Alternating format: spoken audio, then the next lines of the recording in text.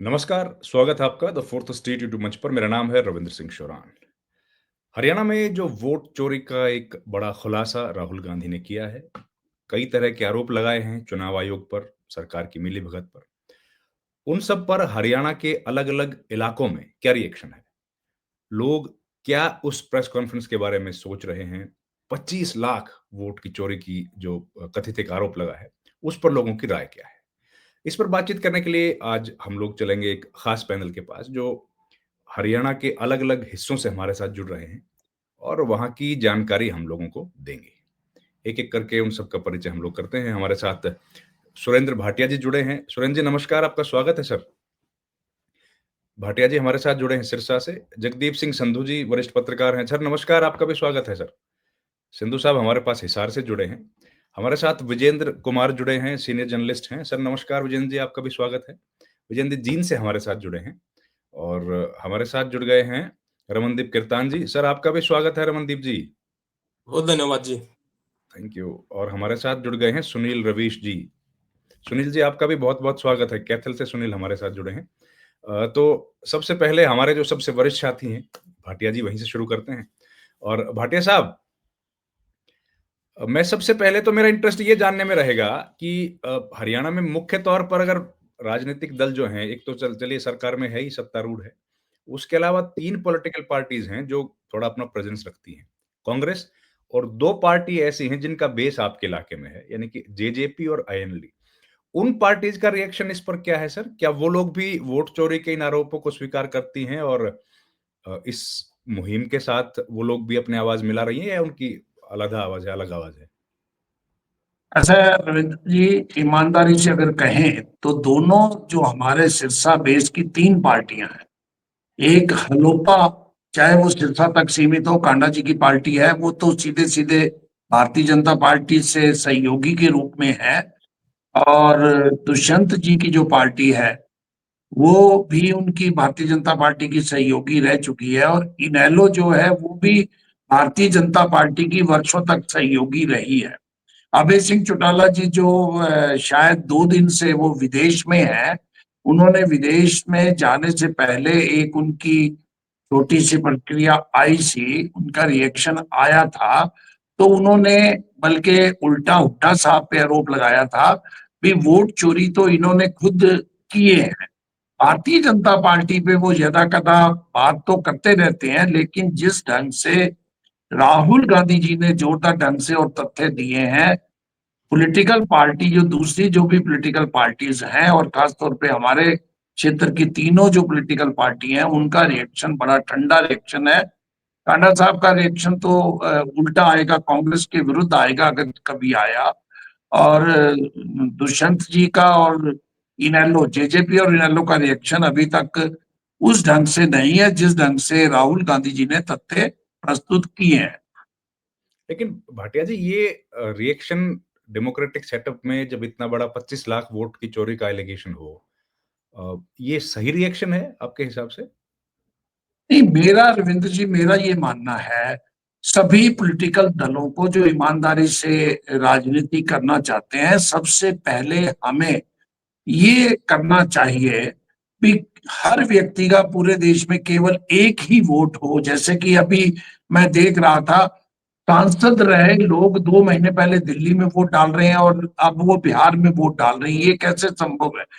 मैं ये जानता हूँ, सिरसा जिस एरिया में मैं रहता हूँ वो अभी नया आबाद हुआ एरिया है, तो गांव के बहुत लोग उसमें अभी 10 सालों से रहने लगे हैं, 5 सालों से रहने लगे हैं, तो उनके वोट गांव में भी बने हुए हैं।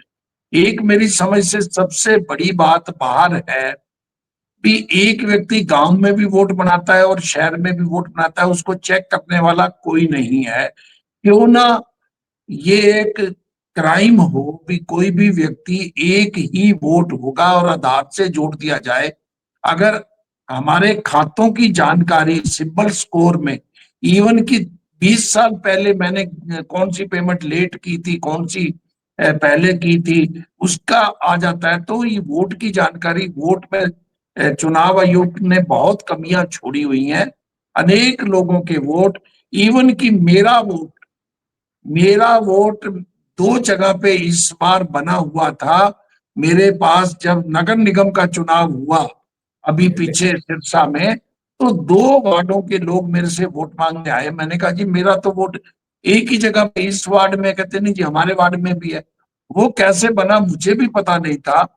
ये कुछ पुरानी लिस्टें उठा के क्या करते हैं। सबसे पहला काम देश में, जब एक चुनाव एक देश की बात करते हैं तो एक वोट क्यों नहीं होना चाहिए? नहीं क्या ठीक है आपकी बात बिल्कुल होना चाहिए और कानून तो यही है जो आपने बताया कि एक व्यक्ति का वोट देश भर में किसी भी रोल में एक ही जगह होगा। दूसरी जगह है तो वो इलीगल है, गैर नहीं कानूनी। रविंद्र जी, मैं क्लियर कर दूं हमारे पॉलिटिकल फील्ड में कुछ जो छोटी सिविल सोसाइटी में 2 दिन पहले बहस चल रही थी भी 3 बार वोट क्यों बनाए जाते हैं। नगर निगम का अलग वोट, लोकसभा का अलग वोट वोटर लिस्ट और विधानसभा की अलग वोटर लिस्ट। सबसे पहले एक वोटर लिस्ट करनी होगी आपको, आपका काम भी आसान होगा। ये देश के 6 राज्य ऐसे हैं जहां पे 3 तरह की वोटर लिस्ट है, और देश का जम्मू कश्मीर को छोड़ के बाकी 2 दर्जन राज्य ऐसे हैं जो 2 तरह की वोटर लिस्ट है। स्थानीय चुनाव और पंचायत चुनाव की अलग वोटर लिस्ट है, लोकसभा जी, विधानसभा की अलग है। तो राइट। सबसे पहले ये करना होगा अगर वोट चोरी को रोकना एक चाहती एक है एक चुनाव उसका कमीशन। जी, विजयन जी आपका जो क्षेत्र है उसका राहुल गांधी ने भी ज़िक्र किया था। वहाँ की जो एक विधानसभा सीट है जिसमें 32 वोट से हार-जीत हुई। तो वहाँ पर लोगों का रिएक्शन क्या इससे मेल खाता है कि जो राहुल गांधी कह रहे हैं वो बात सही है या कोई ज़्यादा असर देख नहीं रहे आप? अनम्यूट कर लीजिए विजयन जी, मैं कर देता हूँ। हो गया। जी, बताइए प्लीज़। उचाना कला की विधानसभा सीट जो है वहाँ हार जीत का जो मार्जिन है वो 32 वोट का है। और जो चैलेंज किया है हाईकोर्ट के अंदर भी ब्रजेंद्र ने अपना चुनाव, वो सिर्फ जो पोस्टल बैलेट है उनको लेकर, उनकी गिनती को लेकर किया है। हालांकि मामला सुप्रीम कोर्ट में चला गया है कि उन्होंने स्टे ले लिया इस बारे में कि हार जीत का जो मार्जिन है वो बहुत कम है। इसको लेकर शुरू से ही लोगों में इस तरह का संशय भी था और यहाँ काफी चुनाव के दौरान हंगामा भी हुआ था, बहुत विवाद हुआ था। और आखिरकार पूरे प्रेशर के बाद स्टेप डाउन उन्होंने चौधरी परिवार ने कर लिया था। चौधरी वीरेंद्र सिंह ने और ब्रजेंद्र ने आखिर में इस चीज को मान लिया था कि हार है। लेकिन उसको चैलेंज किया इन्होंने कोर्ट के अंदर। इस बात का चुनाव के दिन से आज तक इस बात की चर्चा है, लोग इस चीज को डाइजेस्ट नहीं कर पा रहे हैं। और जिस तरह का जो मैंडेट आया, जिस तरह के जो पोस्टल बैलेट के पूरे हरियाणा के अंदर ही रुझान थे, स्टार्टिंग में आपने देखा होगा किस तरीके से कांग्रेस को बढ़त थी और एंटी इनकम्बेंसी की जो लहर थी वो साफ तौर पर दिख रही थी। लेकिन जैसे ही ये जो सिस्टम चेंज हुआ या ईवीएम की जो काउंटिंग हुई तो चुनाव परिणाम बदल गए। तो लोगों में इस बात की शंका उस शुरू से बनी हुई है। और जिस प्रकार के एलिगेशन राहुल गांधी लगा रहे हैं, पहले इन्होंने कर्नाटक में लगाए, आनंदी महादेवपुरा, और अब हरियाणा को लेकर एच फाइल नाम से एक तरह से कह सकते हैं, जिस तरह से इन्होंने बात रखी है, लोगों की जो शंका है वो और बढ़ गई है। देखिए भाटिया साहब ने भी बात की कि जिस तरह से जो लूप होल्स हैं जो काफी छोड़े हुए हैं चुनाव आयोग ने, वो बहुत अपने आप में सवाल खड़े करता है कि क्योंकि इस तरह के जो सीरियस एलिगेशंस लगाने के बाद चुनाव आयोग सिर्फ औपचारिकता पूरी करके, बयानबाजी जारी करके जो है एक तरीके से पल्ला झाड़ रहा है। ये मतदाताओं में काफी शंका जो है पैदा करता है शंका और है, काफी लोगों में शंका शंका इस चीज को लेकर बनी हुई है। बनी हुई। तो रमनदीप भाई आप भी देख रहे हैं वहाँ पर लोगों में ये जो शक है क्योंकि विजेंद्र जी ने बताया कि उनके एक विधानसभा सीट पर तो 32 वोट से ही है। तो ज़ाहिर है 32 वोट की हार-जीत पर तो लोगों को शक बना रहता है। तो आपके इलाके में आप भी शायद जींद में ही हैं या हिसार में हैं आप तो खैर। मैं सर आपके हिसार इलाके से में हूँ। भी हाँ, हिसार में हैं। वहाँ पर भी कुछ ऐसा क्योंकि वहाँ तो बहुत बड़ी-बड़ी हार-जीत हुई है। मैं सर यहाँ पे ना एक बात मतलब बड़ी जिम्मेवारी के साथ जोड़ना चाहता हूँ कि इस मामले में कांग्रेस बहुत लेट है। उनको ये बहुत लेट समझ आया है कि बहुत अलग-अलग तरह की गड़बड़ियाँ हुई हैं। जहाँ तक मेरे जिले की बात है, मैंने कई बार ये सोशल मीडिया पे मुद्दा उठाया है कि आप बेशक कांग्रेस इसको चेक करे या खुद बीजेपी चेक करे या कोई अन्य पार्टी चेक करे कि कैसे एक यहाँ की कि कैसे यहाँ की एक विधानसभा के अंदर आवाज आ रही है सर आपको? जी, आ रही है सर, आ रही है। आ रही है रमनदीप जी, जारी रखिए आप। वो लगता है फ़ोन उनका हाँ जी, कि आ गया कैसे था। एक विधानसभा के अंदर यहाँ पे करीबन-करीबन 11,000 वोट नए जोड़े गए हैं। किस कौन से विधानसभा की बात हिसार शहर की बात कर रहे हैं आप? हाँ जी, हाँ जी, ये हिसार विधानसभा की बात है सर। जी। अच्छा, 11,000 नए वोट जोड़े हैं लोकसभा और विधानसभा के बीच में? और इसमें सर बिल्कुल चुनाव के बीच में। और यहाँ आप ये भी चेक कर सकते हैं कि जब उस अधिकारी ने इस चीज के ऊपर ऑब्जेक्शन लगाया कि चुनाव के बीच में आप एकदम से 11,000 वोट ना तो हम इनको शामिल कर सकते हैं, और ये कहीं ना कहीं विवादास्पद हो सकता है, उनको लग रहा होगा कि इससे दिक्कत पैदा होगी। तो आप ये भी चेक कर सकते हैं कि बीच चुनाव में उन अधिकारी को ये कहते हुए हटा दिया गया कि ये कांग्रेस से कहीं संबंध रखते हैं या इनका रिलेशन कोई कांग्रेस नेता से है या ये कांग्रेस के भांजे जैसे कोई नेता के उनको बताया गया। ये शायद हरियाणा का पहला केस था कि बीच चुनाव में एक अधिकारी को हटाया गया था। अच्छा, तो उन्होंने इस जैसा भी बात पर आपने ऐतराज सवाल किया था कि लोग इस बारे में क्या सोच रहे हैं, तो वो मैं अपनी बात पूरी करूं यहाँ पे। जी, जी, जी, प्लीज़। अगर भी आप ये सोचेंगे, देखेंगे कि जब से राहुल गांधी ने मुद्दा उठाया है कि इस तरह से वोटों की चोरी की जा रही है, जैसे वो आरोप लगा रहे हैं, आरोप उनका सीधा सीधा चुनाव आयोग पे है, ना कि किसी पार्टी पे या किसी और पे। हम इस चीज को देखें कि जैसे ये मुद्दा है कि इस तरह फर्जी वोट बना के पोल किए जा रहे हैं, आप यहाँ देखेंगे कि जो ईवीएम सेटिंग का जो मुद्दा था वो पूरी तरह से गायब है। मतलब लोगों को ये तो था कि कहीं ना कहीं गड़बड़ है, वो ईवीएम में है या कहीं कोई दूसरे उसमें है, लेकिन अब ये क्लियर पिक्चर दिखनी शुरू हो गई है कि वो ईवीएम में गड़बड़ नहीं है, वो वोटिंग में ही गड़बड़ है, कि किस तरह फर्जी वोट प्लांट किए जाते हैं और फिर उसको वो फायदा पहुंचाने के लिए अलग अलग उनके उनके ऊपर पोलिंग करवाई जाती है। यहाँ जी मैं एक और बात जोड़ूं कि मैं यहाँ पे किसी पार्टी का नाम नहीं लेना चाहता, आप खुद समझ जाओगे कि इसका फायदा किसको है। जो वोट चोरी की बात सामने आ रही है या फर्जी वोटों की बात सामने आ रही है, वो कहीं भी कोई ग्रामीण एरिया में नहीं है। ग्रामीण हुँ, एरिया में इसलिए नहीं है कि लोग एक दूसरे को जानते हैं कि ये कौन है, पूरे गांव में लोग एक दूसरे को समझते भी हैं, हर वोटर को जानते हैं। लेकिन शहरी जो एरिया है वहां पड़ोसी का ही नहीं पता होता कि कौन पड़ोसी है और उनके घर में कौन वोट है। तो आप राइट। ये अपने आप में समझ जाना कि शहर में कौन सी पार्टी को ज्यादा लीड मिलती है या ज्यादा वोट मिलते हैं, या शहरों में कौन सी पार्टी जीतती आई है।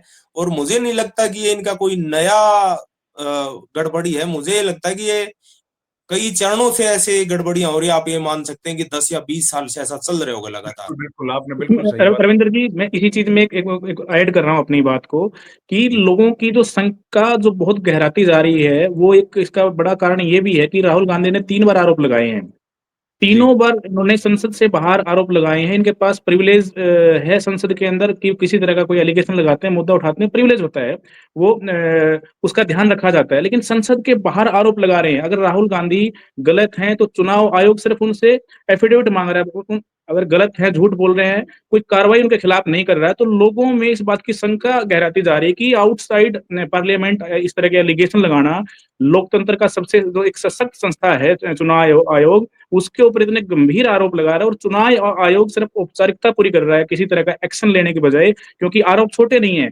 लोगों का, नॉट इन हरियाणा, ये सब जगह लोगों को लगने लग रहा है कि अब हमारी वोट चोरी नहीं हो रही, सरकारें चोरी हो रही हैं। तो ये जो एक लोगों की भावना है ये, कि हमारी वोट चोरी नहीं हुई तो सरकार चोरी हो गई, क्योंकि राइट। चुनाव आयोग पूरी तरह से चुप है, पूरा चुप है। सिस्टम चुप है। बोलने की और ज़रूरत ये है, वो किसी, रिस्पॉन्ड नहीं कर रहे हैं। सही कह रहे हैं। बिल्कुल, मैं सुनील भाई। Sir, Ravindra sir. जी, एक सेकंड, एक एक चीज 10 सेकंड में आपको बता दूं। जो ईवीएम की बात की थी, हमारे रानिया क्षेत्र के सर्वमित्र कंबोज सुप्रीम कोर्ट तक गए, भाई उनके वीवीपैट की गिनती की जाए। तो अधिकारियों ने क्या किया, उनकी 2 ईवीएम स्ट्रांग रूम से उठाई, उसको साफ किया और उसमें मॉक पोल किया। राइट, ये राइट। इससे भी शंका पैदा होती है कि ईवीएम में मॉक पोल उसने मांगा ही नहीं था। उसने बिल्कुल, उसके बिल्कुल। लिए लाखों रुपए की फीस भरी थी, फिर भी मॉक पोल करवा दिया गया, वीवीपैट की गिनती नहीं होने दी। नहीं होने दी, सही कह रहे हैं, बिल्कुल। सुनील भाई, मैं आपके पास आऊँ, ये बात बहुत ज़ोर-शोर से सब लोगों ने उठाई है कि शहरी जो इलाका है, उसमें इस तरह की गड़बड़ी की शंका या संभावनाएँ थोड़ी-सी ज़्यादा रहती हैं। आप कैथल में हैं, कैथल भी जैसे उतना बड़ा शहर तो नहीं है, लेकिन दादरी, भिवानी, जींद, कैथल, नारनौल, ये उस तरह एक जैसे शहर है, थोड़ा बहुत अंतर है इनमें। सिरसा भी मुझे लगता है उतना ही है। कुछ शहर हरियाणा में बड़े हैं, जैसे हिसार का ज़िक्र किया, या फिर गुड़गाँव, फरीदाबाद। तो आपके इलाके में भी इस बात का खूब शोर है और वहाँ पर भी ये माना जा रहा है कि कुछ गड़बड़ हुई है, या लोग कन्विंस्ड हैं इस आर्गुमेंट से जो राहुल गांधी ने दिया है कि सरकार चोरी हुई या वोट चोरी हुई है? रविंद्र जी, कैथल जो है कांग्रेस महासचिव रणदीप सिंह सुरजेवाला की विधानसभा है। यहाँ पर 4 में से 3 सीट कांग्रेस ही जीती है वैसे तो। लेकिन ये जो वोट चोरी का मामला है ये मिला जुला है, लेकिन मैं एक बात जरूर मैं वो बीजेपी की यहाँ बड़ा करना चाहूँगा। वो बार बार ये कह रहे हैं कि अगर वोट चोरी हो रहा था तो उनके बूथ पे जो एजेंट बैठे थे वो क्या कर रहे थे। और मुझे लग रहा है कि ये उनका जो क्वेश्चन है ये बिल्कुल सही है। अगर वो वहाँ कुछ नहीं कर सके, इनसे पहले ये पूछना चाहिए कांग्रेस के जो एजेंट्स थे जहाँ पर जो पोलिंग स्टेशन पे, जहाँ पे काउंटिंग स्टेशन पे, क्या ये वो लोग जहाँ जितना वहाँ पे पोलिंग हुआ और वहाँ पर जो जिस टाइम ये काउंटिंग हुई, क्या ये लोग फॉर्म 70C लेके गए थे या इनको लेके अंदर जाने ही नहीं दिया गया। ये लोग ठीक है। क्यों सामने नहीं आ रहे, ये इनको राइट। बताना चाहिए क्या हुआ इसमें इनके साथ। आप असल ठीक में है। सुनील जी, कांग्रेस के जो लीडर हैं वो कुछ को ये लग रहा है कि हम जीत गए या हमारे बेटे सेट हो गए तो हमें कुछ ज्यादा से जरूरत नहीं है। हम्म। लेकिन ये खाली ये हम डेमोक्रेटिक की बात करें, हम किसी मतलब उसकी बात नहीं करें, व्यक्ति विशेष या व्यक्ति किसी नेता की। आपने तो बिल्कुल ठीक ये बात कही है। यही you are right Sunil ji, सही कह रहे हैं आप कि राजनीतिक दलों की अपनी जिम्मेदारी है, लेकिन हम लोग तो सारे पत्रकार हैं।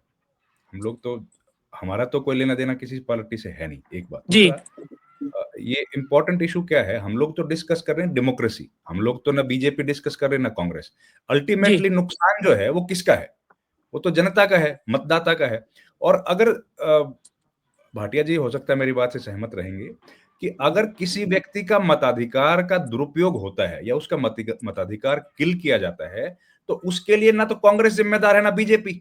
उसके लिए तो चुनाव आयोग जिम्मेदार है ना, क्योंकि हिंदुस्तान का करदाता अपने खून पसीने की गाढ़ी कमाई से सैलरी तो किसको देता है? इलेक्शन कमिश्नर को देता है। और उनकी जिम्मेदारी हमारे प्रति है, ना कि बीजेपी के प्रति या कांग्रेस के प्रति। मेरे वो तो फिर आप देख ही रहे हो ना इतने दिन से। हम तो बात कर रहे हैं सर, हम तो सामान्य बात कर रहे हैं कि हम्म, किसकी रिस्पॉन्सिबिलिटी है। ये क्या है, बाइनरी क्रिएट करने की कोशिश कर रहे हैं। एक जो हमेशा एक डिजाइन होता है ना कि एक नया आर्गुमेंट एजेंडा खड़ा किया जाए कि भाई कांग्रेस क्या कर रही है या आईएनएलडी क्या कर रही थी या जेजेपी क्या कर रही थी। जिम्मेदारी किसकी है? अगर जेजेपी कल चुनाव लड़ना बंद कर देगी, आईएनएलडी बोलेगी हमको तो लड़ना ही नहीं है, कांग्रेस कहेगी हम नहीं लड़ेंगे चुनाव, फिर रविंद्र जी जिम्मेदारी तो एक उनकी है ना। जिम्मेदारी रविंद्र किसकी जी है? संविधान ने जिम्मेदारी दी है चुनाव आयोग को। ये लोग तो सब बंद कर देंगे चुनाव लड़ना, कल नई पार्टी आएंगी तो रविंद्र जी जिम्मेदारी एक पत, हमारे एक बीच में कोई नहीं है। मैं और चुनाव आयोग के बीच में कोई नहीं है। तीसरा तीसरा घुसाने की कोशिश कर रहे हैं। और वो क्यों? ताकि आर्गुमेंट को डिफ्लेक्ट किया जा सके। जी रविंद्र जी, विजेंद्र। एक पत्रकार की पहचान क्या होती है? उसकी क्रेडिबिलिटी होती है। हम इसलिए जाने जाते हैं कि ये पत्रकार क्रेडिबल है, फेयर है, ट्रांसपेरेंट है। उसी राइट। तरह चुनाव आयोग किस लिए जाना जाता है? ट्रांसपेरेंट है, फेयर है। एक दौर था 1990s का, टीएन सेशन का दौर था, जब राइट। वो उसकी एक फेमस कोट है, वो कहता था कि आई ईट पॉलिटिशियन फॉर ब्रेकफास्ट। और एक ब्रेकफास्ट। दौर था, और उसी दौर में 90s के दौर में ही पहचान पत्र की जो है शुरुआत हुई थी, क्योंकि उससे पहले वोटर रोल से ही वोटर्स की पहचान करके वोट डाले जाते थे। जब उनको एहसास हुआ कि इस तरह की फर्जीवाड़े हो रहे हैं, समस्या इस तरह की आ रही हैं, तो उन्होंने इस चीज को समझा। और 1993 में पहली बार हमारा जो वोटर आईडी कार्ड है वो लॉन्च हुआ। पायलट प्रोजेक्ट हुआ, साउथ से किया था उन्होंने, शायद हाँ तमिलनाडु साइड से, और पूरे देश में लागू हुआ। फर्जीवाड़ा काफी हद तक धीरे धीरे कम हुआ। अब चुनाव आयोग की क्यों नहीं इस तरह के मेजर्स लेके आता, क्यों नहीं इस तरह के एक्शन लेता, क्यों नहीं इस तरह के चुनाव सुधार करता, आपका ताकि आपका उसकी क्रेडिबिलिटी बनी रहे पूरे देश के अंदर? वो क्यों खोता जा रहा है? हम बिल्कुल पूरी ठीक। दुनिया में क्लेम करते हैं कि हम मदर ऑफ डेमोक्रेसी हैं। पूरी, हम्म। आप कोई देखे ना देखे, पूरी दुनिया आपकी तरफ देख रही है। चुनाव आयोग को एक सशक्त होना पड़ेगा, क्योंकि जिस तरह से वो इंडिपेंडेंट बॉडी है उसको दिखना भी चाहिए कि हाँ ये इंडिपेंडेंट है। नहीं तो लोगों की जो शंका है वो धीरे धीरे धीरे धीरे यकीन में बदल जाएगी। ये सही नहीं है किसी भी देश के लोकतंत्र के लिए। जी सिंधु साहब, आपके पास मैं आऊंगा। आपने सारे मेहमानों की बातें सुनी हैं, तो आपका क्या विश्लेषण है? हरियाणा में कितना इसका असर आप देख रहे हैं जमीन पर, और खासतौर पर तब जब कुछ पॉलिटिकल पार्टीज जो चुनाव में इक्वल स्टेक होल्डर्स थी वो चुप हैं।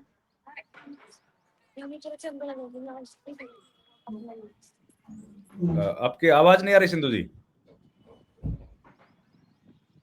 जी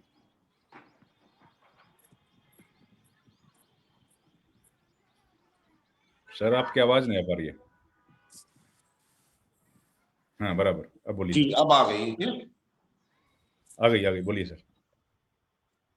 जो प्रेस कॉन्फ्रेंस राहुल गांधी ने की और उसमें जो खुलासे हुए हैं, उसमें सबसे बड़े सवाल देश की प्रजातांत्रिक प्रणाली या लोकतंत्र के हनन की आ गई।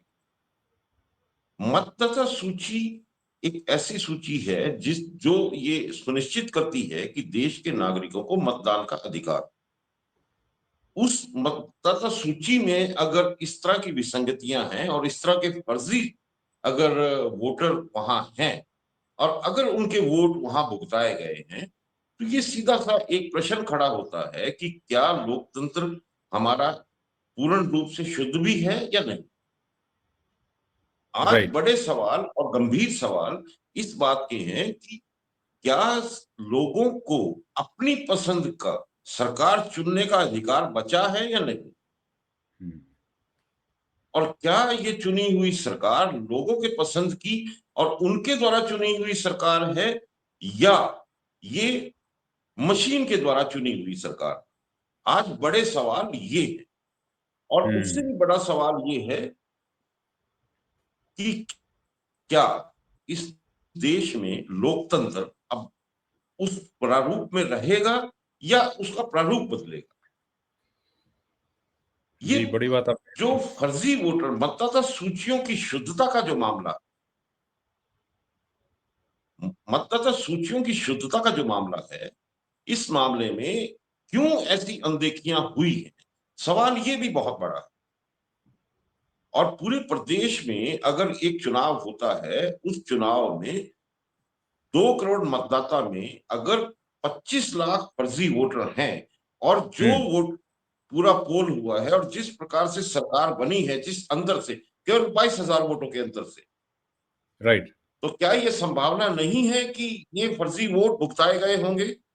बिल्कुल बड़े ठीक कहा। गंभीर सवाल है रविंदर जी इस सारी मसले को लेके, और जिसके ऊपर अभी तक चुनाव आयोग की तरफ से कोई पारदर्शी और एक संतोषजनक उत्तर नहीं मिला है। राइट। आखिर ये जो मतदाता सूचियां हैं, इनमें फर्जी वोटर पहुंचे कैसे, ब्राजील। सुनील जबकि भाई। निरंतर इन सूचियों के ऊपर संशोधन की प्रक्रिया चुनाव आयोग के अधिकार क्षेत्र में है। Right sir. बिल्कुल ठीक कह रहे हैं। तो ये सवाल जो है, ये संवैधानिक कॉन्स्टिट्यूशनल क्वेश्चन उठने लगे हैं कि आखिर ये हो क्या रहा है। वो और क्या रहा है, अभी ये तक सही कह रहे हैं। जो जी। सरकार और जो संविधान की संस्था है जिसको अधिकार मिला हुआ है, तो उसका दायित्व भी तो साथ निर्धारित है। उसने अपना दायित्व कितना निभाया, और वो कितना अगर दायित्व नहीं निभा रही तो देश के लोकतंत्र में कितना विश्वास बाकी रह जाएगा, सवाल ये भी है। तो ये वे भी है। एक तरह से देखा जाए रविंद्र जी, तो बहुत बड़ा मुद्दा है कि क्या देश का लोकतंत्र अपने आप में अपने प्रारूप में शुद्ध भी है या नहीं। बिल्कुल, आपने बड़ी इंपॉर्टेंट बात कही है जगदीप भाई। मैं सुनील जी से शुरू करके वापस सुरेंद्र जी तक आऊँगा। सुनील भाई, ये इश्यू बड़े इंपॉर्टेंट रेज़ हो रहे हैं हमारे डिस्कशन में। तो मैं ये जानना चाह रहा था कि चुनाव आयोग पर क्या लोगों को शक हो रहा है? अगर आम आदमी से आपकी बात हुई हो, पॉलिटिशियंस की तो बात हमने की। तो लोग, जो आम आदमी है, वो क्या कह रहा है? उसका कुछ विचार कुछ इस प्रेस कॉन्फ्रेंस से बदला है, या इसके पहले से ही वो आशंकित था और अब वो शंका बढ़ गई है, या कोई फ़र्क नहीं पड़ रहा उसको? पहली प्रेस कॉन्फ्रेंस थी, उससे शक होना तो शुरू हो गया था। ये लोग इवन खुल के सोशल मीडिया पे भी लोगों ने लिखा, और आम ये चर्चा थी कि ये हो कैसे गया। सेकंड, जो इन्होंने एच फाइल का जो जिक्र किया राहुल गांधी से, उससे शंकाएं तो बढ़ गई हैं, इसमें कोई शक नहीं है। जो जिन चीजों की सफाई चुनाव आयोग को देनी चाहिए, वो बीजेपी के प्रवक्ता दे रहे हैं। ये सबसे बड़ी बात है, क्योंकि बीजेपी आरोप तो है ही नहीं है कि बीजेपी ने ऐसा कुछ किया है। आरोप तो भी ये चुनाव आयोग पे है ना। चुनाव आयोग पर, बिल्कुल। तो चुनाव आयोग आगे आए, जैसे पीछे आए हैं। और चुनाव आयोग के आगे नहीं आने से इलेक्शन कमीशन की साख पर सवाल खड़ा हो रहा है। जाहिर सी बात है, वो तो शक हो ही रहा है, क्योंकि इतना जब काफिला आप निकाल रहे हो, इतना बड़ा तामझाम है, आपका सुबह का चाय का बिस्किट से लेके आपके चाय का खर्च तक लोगों के टैक्स के पैसे से जा रहा है, तो आप चुप क्यों बैठे हो? बिल्कुल ठीक कहा आपने। इम्पोर्टेंट बात है, ठीक बात है। तो रविंद्र रमन जी, भाई, एक चीज आपके यहाँ बता देता हूँ। जी हाँ सर, जगदीप हरियाणा जी। में एक अभी ये जो चीज सामने आई है, एक तथ्य सामने आया है कि हरियाणा के जो चुनाव आयोग है, प्रदेश चुनाव आयोग, वो भारतीय जनता पार्टी के जो विधायक हैं और जो अभी वर्तमान में स्पीकर हैं, उनके भाई हैं। उनके भाई हैं, राइट, राइट, बिल्कुल ठीक कह रहे हैं आप, ये खबर सही है, बिल्कुल। रमनदीप भाई, तो मैं ये आप जानना ये चाह रहा था, देखिए आप कि लोग। किस प्रकार की संभावनाएं और जी, बिल्कुल ठीक कह रहे हैं, कॉम्प्रोमाइज़्ड ऐसा लग रहा है कि कॉम्प्रोमाइज़ ना हो, लेकिन चलिए, वो उनके अपना डिग्निटी है। रमनदीप भाई, आप लोग बार-बार पूछते थे चुनाव में कि भैया साइलेंट वोटर है, साइलेंट वोटर है, पता लग गया ना साइलेंट वोटर कौन है? आप ढूँढ रहे थे, ब्राज़ील का आदमी इंडिया में आके तो साइलेंटली वोट करेगा ना भाई साहब, ज़ोर से कैसे बोलेगा? उसको थोड़ी आती है हरियाणवी बोलनी। मैं जी यहाँ जी, पे ना एक बात जोड़ना चाह रहा था अपनी, कि जैसे आपने पूछा ना कि जनता की क्या मंशा है या क्या सवाल उठ रहे हैं। मेरी आवाज आ रही है हाँ, जी आपको? आ रही है रमनदीप जी, चुनाव बोलिए। आयोग भी वैसे ना एक निष्पक्ष संस्था है, जैसे एक निष्पक्ष अंपायर की भूमिका होनी चाहिए। लेकिन जिस दिन संसद ने ये प्रस्ताव पारित कर दिया कि अब चुनाव आयोग में जो है मुख्य आयुक्त, उनकी नियुक्ति सिर्फ 2 लोग करेंगे, एक सरकार का प्रधानमंत्री और एक मंत्री, उसी दिन चीजें क्लियर होनी शुरू हो गई थी कि अब मतलब वो निष्पक्षता वाली बात है नहीं यहाँ पे, जिसकी दुहाई बार बार दी जाती रही है। और जैसा यहाँ बार बार एक जिक्र आ रहा है कि चुनाव आयोग निष्पक्ष रहना चाहिए या उनको अपनी साख बचानी चाहिए, मैं यहाँ पे एक आपको नए नियम की यहाँ पे जानकारी साझा करना चाहता हूँ, शायद अन्य अपने जो साथी हैं उन तक नहीं है। चुनाव आयोग ने एक नई फैसिलिटी हम ये कह सकते हैं कि उन पार्टियों को दी है जो गड़बड़ करने की मंशा रखते हैं। जैसे आपका किसी बूथ में 1 वोट है, आप जी इस चीज को समझना, और आपके परिवार के हैं 100 लोग, बेशक वो आपके परिवार के ना भी हो, अगर आप वो 100 लोग ये कहें कि मैं रविंद्र का जानकार हूं और मैं अपना वोट इस बूथ में ट्रांसफर करवाना चाहता हूं या इस जिले में इस विधानसभा में, तो उस चीज को अलो कर दिया अब चुनाव आयोग ने कि आप ये करवा सकते हैं। और ये मेरे को विधानसभा चुनाव में जानकारी मिली जब एक अधिकारी ने मेरे को बताया कि हिसार और फरीदाबाद और गुड़गांव ऐसे जिले हैं जहां पे हरियाणा में हजारों लाखों की संख्या में डाइवर्ट हुए हैं वोट फ्रॉम अदर स्टेट, चाहे वो बिहार का हो, चाहे वो यूपी का हो, चाहे वो राजस्थान का हो, वहां नए लोगों को डाइवर्ट किया गया। मैंने उनसे पूछा ये ऐसे कैसे संभव है चुनाव के बीच में, तो उन्होंने बताया कि एक ऐसा नियम है कि आप चाहते हैं तो अपने वोट जुड़वा सकते हैं कि जितने भी मर्जी वोट है।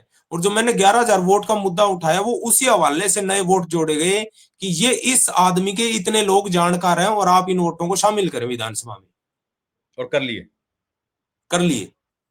जब जिस अफसर ने उनको ऑब्जेक्शन लगाया, उनको ये कहते हुए हटा दिया गया कि ये चुनाव में कहीं ना कहीं एक पार्टी का फेवर कर रहे हैं, तो ये शूट नहीं कर रहे यहाँ पे, हाँ, ये और सही उनको है। हटा दिया गया। ये तो इम्पोर्टेंट बात आप बता रहे हैं। तो एक ऐसा नियम बना दिया है कि जिसको जब चाहे अपना वोट ट्रांसफर करना हो, वहाँ से कटाए बिना वो कर सकता है। हाँ, वो कर सकते हैं। आपको सिर्फ ये हवाला देना है कि उस विधानसभा या उस बूथ में आपका कौन जानकार है, जानकार है, और घर उसके की ऊपर देने की भी कोई जरूरत ये भी नहीं है कि कितने नहीं। वोट नियम हो, मतलब आपके परिवार की कोई तो लिमिट हो ना। जैसे बार बार मुद्दे उठ रहे हैं कि एक परिवार में 200 वोट है या 300 है, वो उसी रूल के कारण वो इतने इतने इतने सैकड़ों की संख्या में वोट इधर से उधर डाइवर्ट हुए हैं कि उनको छूट दे दी गई है कि आप जितने मर्जी वोट यहाँ से यहाँ ट्रांसफर करवा सकते हैं। ये इम्पोर्टेंट बात आपने बताई है। तो विजेंद्र भाई, लेकिन रूल तो ये है कि 10 से ज़्यादा अगर कहीं किसी घर में लोग होंगे, तो उस पर इलेक्शन कमीशन के लोग जाएँगे और देखेंगे इतने लोग क्यों यहाँ इस घर में सच में रहते हैं कि नहीं है। और 6 महीने का आपका स्थायी निवास वो होना चाहिए, जहाँ पर आप वोट ट्रांसफर कर रहे हैं। तो उन सब नियमों की धज्जियाँ उड़ाई जा रही हैं, तो इसका मतलब विजेंद्र जी? नेता डरते थे। मेरी आवाज आ रही थी? आ रही है, आ रही है, आ रही है। एक समय था जब आयोग से नेता डरते थे, लेकिन आज समय है कि आयोग नेताओं से डर रहा है। और ये हुँ, इस तरह की जो संभावनाएं हैं, ये पिछली जो घटनाक्रम हो रहे हैं, रमन भाई ने भी बात बताई, और ये मुद्दा उठा था कि अचानक से दिल्ली के अंदर इतने ज्यादा वोटर्स क्यों बढ़ गए, महाराष्ट्र में इतने ज्यादा वोटर्स क्यों बढ़ गए। पहली बार हरियाणा में ये चीज देखने को मिली कि इतनी स्ट्रॉन्ग वेव कभी जिंदगी में शायद पिछले 20-30 सालों के इतिहास में देखें, और उससे पुराने इतिहास में जाएंगे तो आपने देखा होगा, इतनी स्ट्रॉन्ग वेव होने के बाद पूरा माहौल ही बदल गया। तो लोगों की जो शंका है, वो चुनाव आयोग जिस तरीके से पेश आ रहा है, चुनाव आयोग को जिस तरह से एक्शन लेना चाहिए, सुनील भाई ने बहुत अच्छी बात कही कि जवाब देना चाहिए चुनाव आयोग को, लेकिन जवाब दे रही है बीजेपी। तो किसी पार्टी को जवाब देने की बजाय ये चुनाव आयोग को इसका जवाब देना चाहिए। और चुनाव आयोग, मैंने जिक्र किया था कि जिस प्रकार से चुनाव आयोग 90s के दौर में जाना जाता था, उसके बाद धीरे-धीरे राजनीतिक दबाव इतना ज्यादा बढ़ गया है चुनाव आयोग पर कि उसकी जो सक्रियता है वो निष्क्रियता में धीरे-धीरे बदल रही है। और ये जो देश का लोकतंत्र है, ये बहुत मदर ऑफ डेमोक्रेसी इसको हम कहते हैं। और किसी भी डेमोक्रेसी की पहचान सिर्फ इस बात से होती है कि उसका चुनाव आयोग कितना स्ट्रांग है। और कितना स्ट्रांग है ये आप देखिए कि आप सबको विजिबल है, कितना स्ट्रांग मैसेज चुनाव आयोग देने में कामयाब हो रहा है कि नहीं हो रहा है, कि जो यकीन जो शक है, जो धीरे-धीरे यकीन में लोगों का बदल रहा है, वो देश के एक स्वस्थ और अच्छे लोकतंत्र के लिए बिल्कुल सही नहीं है। जिस तरीके से वोटर्स पे और पूरे चुनाव आयोग को बोलना चाहिए, पक्ष रखना चाहिए, एक्शन लेना चाहिए, वो दिखाई यहाँ पर नहीं देता है। सिर्फ और सिर्फ औपचारिकता इस बात की शक को जो है एक यकीन में धीरे-धीरे जो बदल रहा है, ये बिल्कुल भी एक किसी देश के स्वस्थ और हेल्दी लोकतंत्र के लिए सही नहीं है। तो इसमें वक्त है कि चुनाव आयोग को इसमें बहुत सख्त और एक मैसेज देने वाला एक्शन इसमें लेना चाहिए। अभी ये टाइम आ गया है। Right, right. भाटिया जी, एक आप तो बहुत वरिष्ठ पत्रकार हैं और हम सबसे सीनियर भी हैं। आपने तो बहुत चुनाव देखे हैं। मैं ये जानना चाहता हूँ, एक तो इलेक्शन कमीशन की गड़बड़ियों के शिकायतें आ रही खूब। 25 लाख वोटर्स का अगर हम लोग मान लें कि इनमें से चलिए 2 लाख वोटर भी गलत थे, तो भी एक बड़ी रकम है, बहुत बड़ी संख्या है। वो गड़बड़ी करी गई किसी राजनीतिक दल को फायदा पहुंचाने के लिए, और इलेक्शन के बाद जो नतीजे आए, उसमें पूरे प्रदेश को इस बात के लिए बदनाम किया गया कि इस प्रदेश के लोगों ने जातियों में बंटकर वोट दिया। अपमानित किया गया हमको, पूरे हरियाणा के लोगों को अपमानित किया गया कि ये लोग जातिवादी हैं और जातियों में बंट के वोट दिया। जबकि हकीकत थी कि किसी एक राजनीतिक दल को फायदा पहुंचाने के लिए चुनाव आयोग की कारगुजारियां उसके लिए जिम्मेदार थी। लोगों ने तो मुद्दों पर वोट डाला। तो ये कितना गलत है कि उसके बाद एक एजेंडा चलाया गया कि जातियों पर वोट पड़ा है, जातियों में बंट गया समाज। ये तो अपमानित करने जैसा हो गया प्रदेश के लोगों को। भाटिया जी। ऐसा ऐसा है रविंद्र जी, ये बिल्कुल गलत धारणा है भी। देखो, जातियां प्रभावित करती हैं, लेकिन पूर्ण रूप से जाति पे बट जाना ऐसी बात नहीं है। मैं अनेक सीटों का उदाहरण दे सकते हैं जहां जाति, जैसे उचाना सीट पे चाहे 32 वोटों से हुआ, वहां शायद 70% जाट वोट हैं, उसके बावजूद एक ब्राह्मण जीता। तो ये जीता जागता उसका एक सबूत है भी जातियों के आधार पर नहीं किया।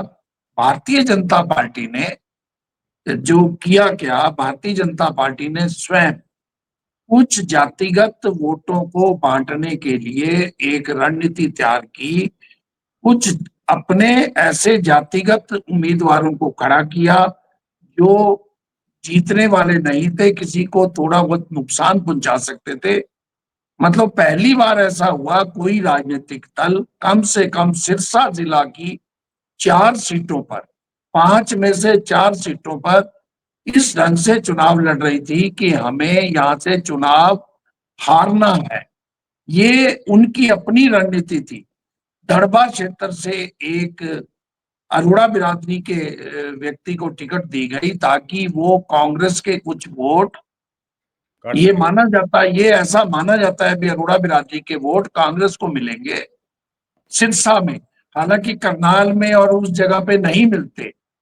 तो सिरसा की राजनीति इस ढंग से है, वहां पे एक जाट बहुल्य क्षेत्र में जो एलनाबाद क्षेत्र है, वहां पे एक अरोड़ा बिरादरी के अमीर चंद को टिकट दी गई, हारने के लिए टिकट दी गई।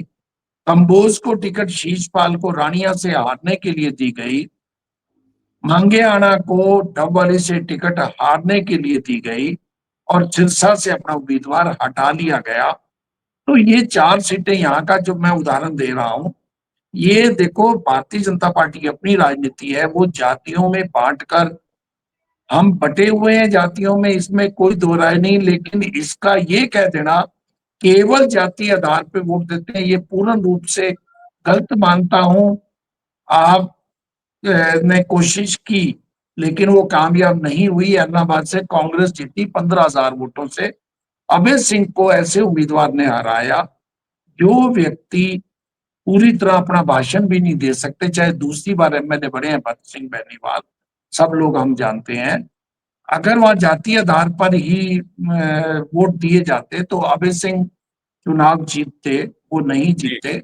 सही बात है। तो ये कहना भारतीय जनता पार्टी का या कोई एक नैरेटिव सेट करने वाली बात है। तो अगर जातियों पे ही वोट मिलते थे तो सैनी साहब को क्यों 2.5% की आबादी वाले को बनाया उन्होंने? खुद उनकी बिल्कुल, कंट्राडिक्टरी चीजें हैं। राइट, तो राइट, राइट। मुझे नहीं, मैं नहीं मानता हरियाणा जातिगत बटा हुआ है। जाटों ने भारतीय जनता पार्टी को भी वोट दिए हैं और दूसरी बिरादरी ने, चाहे अरोड़ा पंजाबी बिरादरी है, ब्राह्मण है, एसटी है, उन्होंने कांग्रेस को भी वोट बिल्कुल, दिए हैं, बेशक। सभी पार्टी को। ये और बिल्कुल बहुत इम्पोर्टेंट आपने बात कही। सिंधु साहब, अगर इस तरह होता, क्योंकि जिस तरह इलेक्शंस के बाद हरियाणा को एक प्रोजेक्ट किया गया कि जातियों में बँट गए, मुद्दों पर वोट नहीं डाला लोगों ने। ऐसा होता तो फिर ये कांग्रेस पार्टी के लोगों को अहिरवाल में इतना वोट क्यों मिला? वहाँ तो सबसे ज़्यादा संख्या जो है, वो यादव समाज की है और राव दान सिंह जैसे लोग तो बहुत छोटे-छोटे मार्जिन से हारे हैं। तो वो किसका वोट था? ये दूसरे जो थे आपके बीएसपी वाले जो अच्छा चुनाव लड़े आरती सिंह के खिलाफ, ये भी बहुत कम मार्जिन से हारे। इनको किसका वोट मिला है? इसका मतलब तो जातियों में नहीं बँटा ना। ये नैरेटिव फेक नैरेटिव है और ये गढ़ा जा रहा है लोगों के ज़हन में भरने के लिए कि लोग इस बात पे भरोसा कर लें कि कोई वोट चुनाव में गड़बड़ी हुई नहीं। जी, जगदीप भाई। रविंद्र जी, देखिए कि जो कल परसों से जो नैरेटिव अब चल रहा है, अब सवाल तो ये था कि मतदाता सूचियों में गड़बड़ियां और अनियमितताएं और फर्जी वोटें कैसे आई, जी, लेकिन उसको बना किस तरह दे दिया कि जो वो एक मॉडल है ब्राजील की, उसका जो बयान आया, उस बयान को फॉरवर्ड किया जा रहा है और उस बयान के इर्द गिर्द ही सारी बात को घुमाया जा रहा है। जो राइट। असली मुद्दा है उसको गौण करने की कोशिश की जा रही कोशिश की जा रही है। एक बात, ये एक नैरेटिव बनाना या ये एक संवाद ऐसा समाज के अंदर खड़ा करना, ये उनका एक उनकी रणनीति है अपने प्रचार की, अपने प्रसार की। भारतीय जनता पार्टी के द्वारा जिस तरह का प्रचार और प्रसार किया गया चुनाव के बाद, और जिस प्रकार से उन्होंने कहा कि जातियों ने इस तरह से वोट किया है, वो जातियों के वोटिंग पैटर्न को जिस तरह से डिफाइन करने की कोशिश कर रहे हैं, वो समाज के विभाजनकारी द्वेष को बढ़ा रहे हैं। ये लोकतांत्रिक व्यवस्था में ये अपने आप में ही एक सवालिया निशान खड़ा करता है कि कोई भी राजनीतिक दल इस प्रकार की बातें समाज में कैसे कर सकता है। तो ये एक तरह से देखा जाए तो ये अपने ही उस मत में चूर हैं। और आप देखिए कि जब चुनाव से परिणाम आने से एक दिन पहले मुख्यमंत्री कहते हैं कि हमने सब व्यवस्थाएं कर ली हैं, आप घबराइए नहीं। उस इस तरह के बयानों के क्या मायने हैं? बहुत से ऐसे सवाल हैं जो आज इस प्रेस कॉन्फ्रेंस के बाद उठ गए हैं और जिन पे अभी तक लोग खामोश थे। वो अपने असमंजस की स्थिति में थे, जहां उनको ये आभास नहीं था या ये उनको जानकारी नहीं थी कि आखिर ऐसे कौन से कारण हैं जिसके कारण उनके पसंद की सरकार अस्तित्व में नहीं, नहीं आ सकी। राइट, राइट, सवाल राइट। ये है। बिल्कुल आपने इम्पोर्टेंट बात कही और देखिए, ये हम लोग कोशिश करेंगे इस सीरीज़ को आगे बढ़ाएँ और ज़्यादा लोगों से बात करें। हरियाणा के अलग-अलग शहरों में जो लोग हैं, पत्रकारिता करते हैं, उनसे वे बातचीत करके वहाँ के इश्यूज़ और इस मसले पर लोगों की राय आपके सामने लेके आएँ। इस कार्यक्रम में हमारे साथ अलग-अलग शहरों से लोग जुड़े, उन्होंने अपनी-अपनी बातें बताई और इस तरह के इवेंट्स हम लोग करते रहेंगे। आप लोग हमारे साथ जुड़े, आपका बहुत-बहुत धन्यवाद। आपका धन्यवाद विजेंद्र जी, आप जींद से हमारे साथ जुड़े, सुनील भाई कैथल से जुड़े, आपका बहुत धन्यवाद। रमनदीप जी, आप हिसार से जुड़े, thank you very much. Jagdeep ji, आप भी हिसार से जुड़े, आपका भी बहुत-बहुत धन्यवाद और सुरेंद्र भाई, आपका भी भाटिया साहब बहुत-बहुत धन्यवाद। आप सिरसा से जुड़े और वहाँ की सारी जानकारियाँ दी और स्पेशल थैंक यू जगदीप जी आपका, आपने पूरा ये इवेंट अरेंज किया। आप सब लोगों का बहुत-बहुत धन्यवाद। इस कार्यक्रम में इतना ही, लेकिन इस तरह के कार्यक्रम हम लोग लेके आते रहेंगे और हमसे जो भी संभव पत्रकारिता की दिशा में जो काम होगा वो हम लोग करेंगे, आप लोगों के सहयोग के साथ। Thank you very much. ये रविंद्र जी कहना चाहेंगे कि जो पत्रकार हैं हरियाणा में और जो पत्रकारिता है उसको देखिए, राजनीतिक दल हो सकता है कि किसी विषय पे अपनी आंख मूंद ले, लेकिन पत्रकारों का जो दायित्व है समाज के प्रति और उनकी जो भूमिका है, उनका जो कर्तव्य है, उस श्रृंखला को, उस चीज को मानते हुए, उस बात को मानते हुए, उस सिद्धांत को मानते हुए हमारा ये फर्ज है कि हम इस प्रकार के जो मुद्दे हैं, जो समाज को प्रभावित करते हैं, उनके लिए हम अपनी जानकारियां लोगों तक पहुंचाएं और समाज को उस तरह से अवेयर करें। तो ये वो प्रयास है और इस प्रयास में निरंतर अब आगे कड़ियां जुड़ती जाएंगी और मुझे लगता है कि इस मुद्दे को जो पत्रकारिता अपनी तरीके से परिभाषित कर सकती है, वो उसको करने की कोशिश करे। जी सर, बिल्कुल, बहुत इंपॉर्टेंट आपने बात की। Thank you very much. इस कार्यक्रम में इतना ही। बहुत-बहुत धन्यवाद।